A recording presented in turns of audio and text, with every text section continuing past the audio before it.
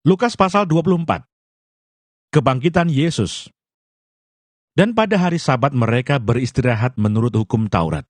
Tetapi pagi-pagi benar pada hari pertama minggu itu, mereka pergi ke kubur, membawa rempah-rempah yang telah disediakan mereka. Mereka mendapati batu sudah terguling dari kubur itu. Dan setelah masuk, mereka tidak menemukan mayat Tuhan Yesus. Sementara mereka berdiri termangu-mangu karena hal itu. Tiba-tiba ada dua orang berdiri dekat mereka, memakai pakaian yang berkilau-kilauan. Mereka sangat ketakutan dan menundukkan kepala.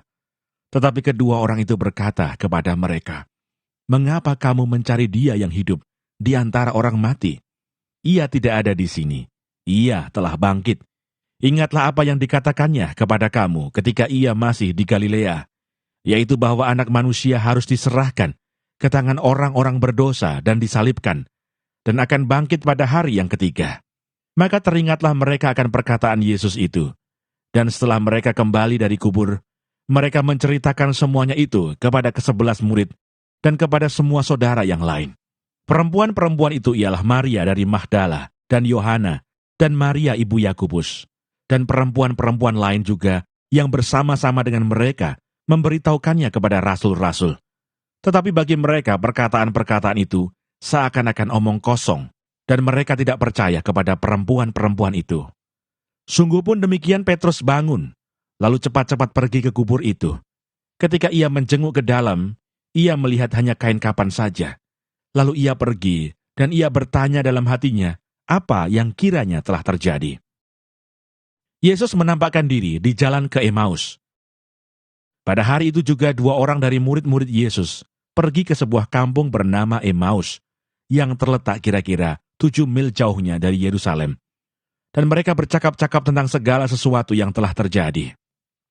Ketika mereka sedang bercakap-cakap dan bertukar pikiran, datanglah Yesus sendiri mendekati mereka, lalu berjalan bersama-sama dengan mereka. Tetapi ada sesuatu yang menghalangi mata mereka, sehingga mereka tidak dapat mengenal Dia. Yesus berkata kepada mereka, "Apakah yang kamu percakapkan sementara kamu berjalan?" Maka berhentilah mereka dengan muka muram.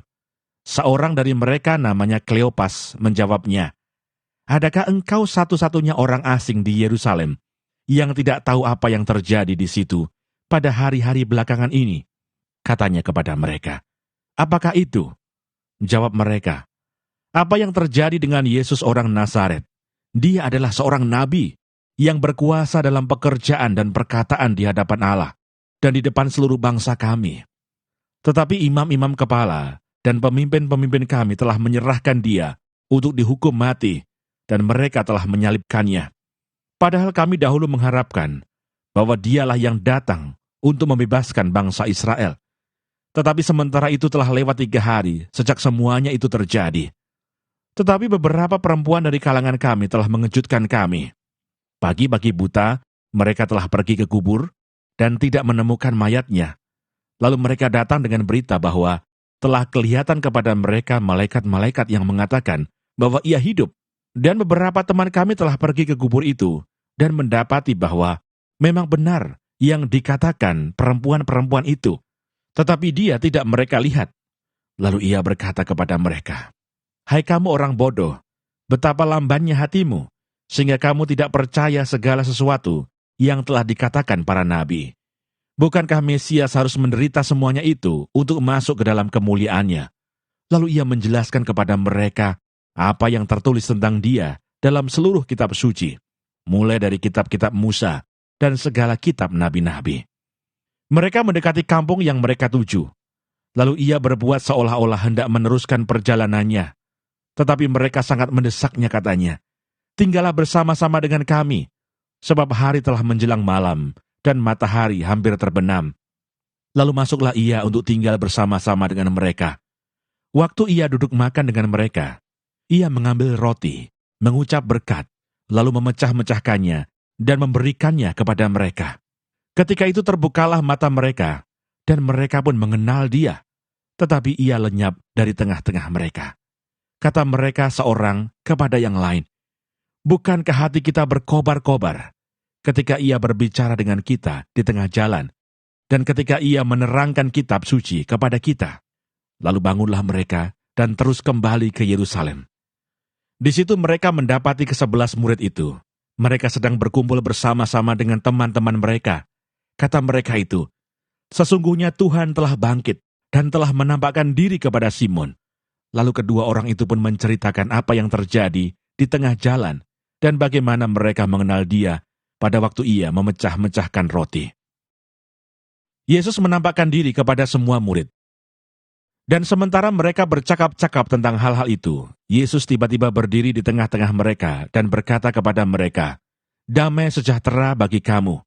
Mereka terkejut dan takut, dan menyangka bahwa mereka melihat hantu.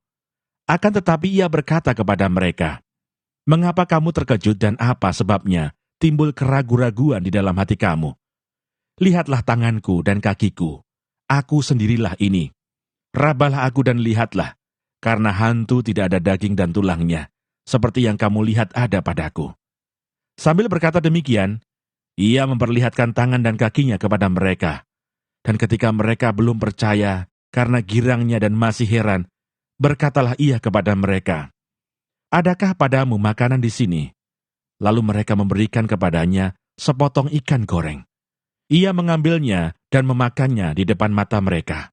Ia berkata kepada mereka, "Inilah perkataanku yang telah kukatakan kepadamu ketika aku masih bersama-sama dengan kamu, yakni bahwa harus digenapi semua yang ada tertulis tentang aku dalam kitab Taurat Musa dan kitab Nabi-Nabi dan kitab Mazmur." Lalu Ia membuka pikiran mereka sehingga mereka mengerti kitab suci. Katanya kepada mereka, "Ada tertulis demikian, Mesias harus menderita dan bangkit dari antara orang mati pada hari yang ketiga. Dan lagi, dalam namanya berita tentang pertobatan dan pengampunan dosa harus disampaikan kepada segala bangsa, mulai dari Yerusalem. Kamu adalah saksi dari semuanya ini, dan aku akan mengirim kepadamu apa yang dijanjikan Bapa-Ku. Tetapi kamu harus tinggal di dalam kota ini, sampai kamu diperlengkapi dengan kekuasaan dari tempat tinggi." Kenaikan Yesus. Lalu Yesus membawa mereka keluar kota sampai dekat Betania. Di situ Ia mengangkat tangannya dan memberkati mereka. Dan ketika Ia sedang memberkati mereka, Ia berpisah dari mereka dan terangkat ke surga. Mereka sujud menyembah kepada-Nya. Lalu mereka pulang ke Yerusalem dengan sangat bersuka cita. Mereka senantiasa berada di dalam bait Allah dan memuliakan Allah.